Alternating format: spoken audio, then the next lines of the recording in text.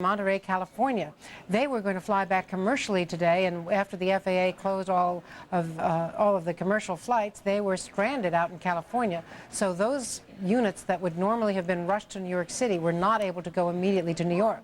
So, Brian, this has really been quite an extraordinary, unprecedented, obviously, effort on the part of our anti-terror and national security teams.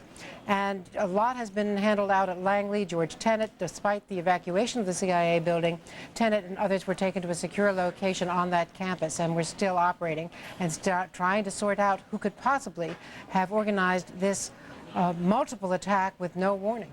Andrea, hold with us for just one moment, because we're coming up on the top of the hour here. In 5 seconds, it'll be 3 p.m. Eastern Time. That's a live picture. We're going to go back to Andrea Mitchell in just a moment. It is now 3 o'clock, several hours after this coordinated, well-planned, well-executed attack against several targets in the United States of America, most notably, of course, New York and Washington. The Pentagon's been hit by a commercial aircraft. The World Trade Centers are effectively gone. Both towers. This was captured on live television. A hijacked commercial airliner, one of 4 that went down today. We are dealing with a staggering and yet exactly unknown death toll, and that is the basis for our live NBC News coverage here on MSNBC as we look at the scenes from New York. The World Trade Center towers that were standing this morning, some floors full of workers.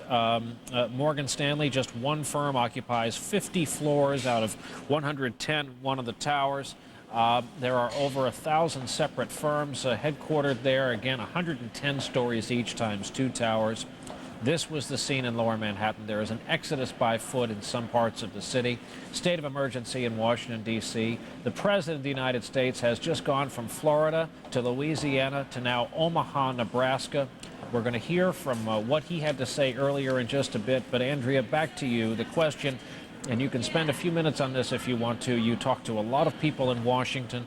Talk about the anger that several generations now have not ever since Pearl Harbor, the anger that must be just brimming over in that city. There is enormous anger and also a sense of renewed vulnerability. We were shocked by the embassy bombings back in 1998, the ability by terrorists to coordinate within a matter of seconds bombings in both Tanzania and Kenya. Well, multiply that by the difficulty of getting into this country, then getting into airports with weaponry, and then being able to hijack 4 airplanes simultaneously and manage to perform this kind of dastardly act in multiple locations. That is the kind of threat that the U.S. is now facing. And George Tenet in February testified to the Senate Intelligence Committee that one person in particular, Osama bin Laden, was capable of multiple attacks with no warning. But it is far too soon to pin the blame on any one terrorist, but he does have motive, opportunity, and the finances. But this is the kind of thing, Brian, that would have taken months and months to plan. There is no way that this is a response to recent developments in the Middle East other than the long-standing intifada.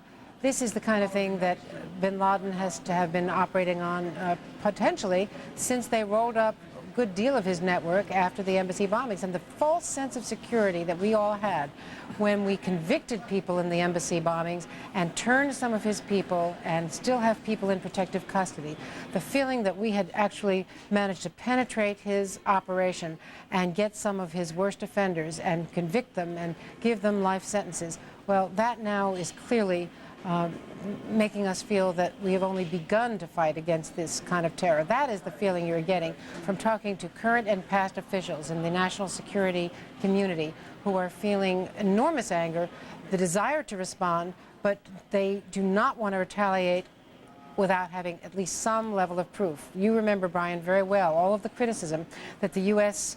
endured in the Middle East and elsewhere after attacking Sudan after the embassy bombings, and the concerns after the fact that they did not have adequate proof. Now, Andrea, and as you speak, we're looking at these new incoming live pictures of the base of Manhattan, which you know so well, and suddenly a landmark is gone. I can tell you from personal experience that everywhere highways in this area kind of come to a vista where you can see the city. People are hitting their brakes. They are parking, they're stopping, they're taking pictures. They are gawking at this site.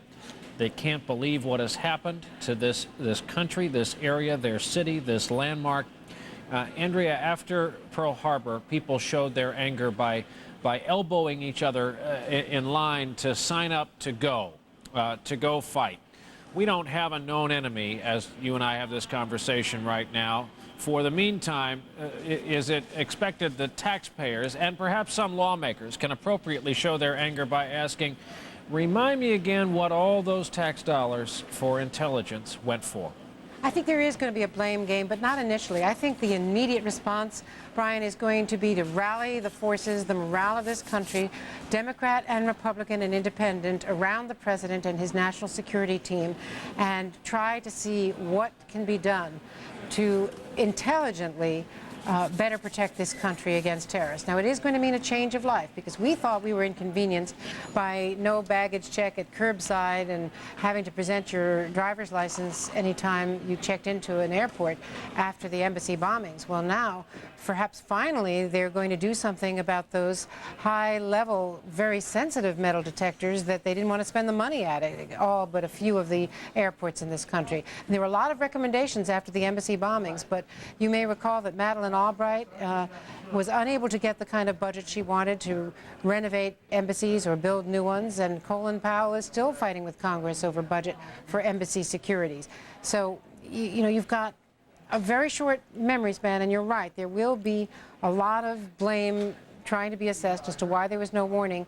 But I think in defense of the intelligence officials, they do prevent a lot. They prevented the Millennium bombings, also a multiple attack plan. And it is inevitable that someone is going to get through that net, especially because these groups are so hard to penetrate, and we don't have the human intelligence that we need. We rely heavily on satellites and electronic interceptions, and those are not adequate. When you've got someone like bin Laden who downloads instructions on zip disks and sends them by courier, and you've got people willing to give up their lives as suicide bombers. Andrea, let's talk about George W. Bush, the newly elected young American president, scion of the political family from Connecticut by way of Texas, and the test this represents and the classically American dynamic of rallying around the chief executive. Enormous amount of goodwill at his disposal. And he has very experienced people, especially in Dick Cheney, who was put in charge of anti-terror efforts in a reorganization of the national security team.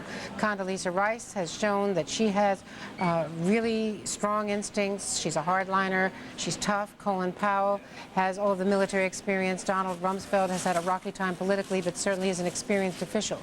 But what George Bush has not shown America so far is the ability to project reassurance, to be comforter-in-chief as well as commander-in-chief. It's something that Ronald Reagan did so memorably when the Challenger exploded. It's something that Bill Clinton was able to do after Oklahoma City, even at a time of great stress and personal turmoil and scandal for his administration. And what is not known yet is whether a less articulate president can have the same effect at rallying the American spirit, because this is a time of utmost challenge, something, as you have pointed out, that we have not witnessed in my generation, not since Pearl Harbor.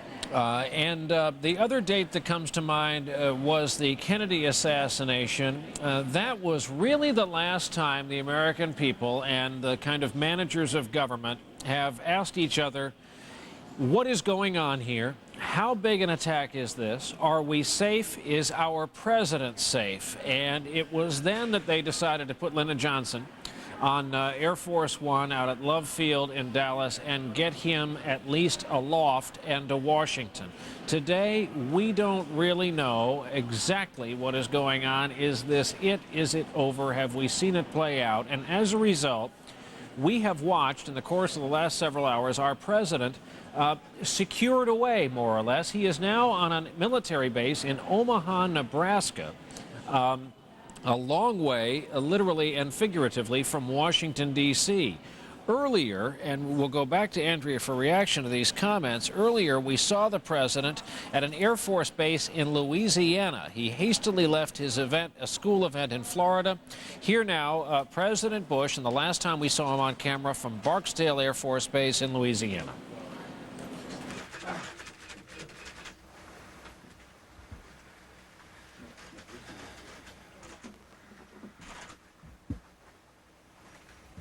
Freedom itself was attacked this morning by a faceless coward, and freedom will be defended. I want to reassure the American people that the full resources of the federal government are working to assist local authorities to save lives and to help the victims of these attacks. Make no mistake, the United States will hunt down and punish those responsible for these cowardly acts. I've been in regular contact with the Vice President, Secretary of Defense, the National Security Team, and my cabinet. We have taken all appropriate security precautions to protect the American people. Our military at home and around the world is on high alert status, and we have taken the necessary security precautions to continue the functions of your government. We have been in touch with the leaders of Congress and with world leaders to assure them that we will do whatever is necessary to protect America.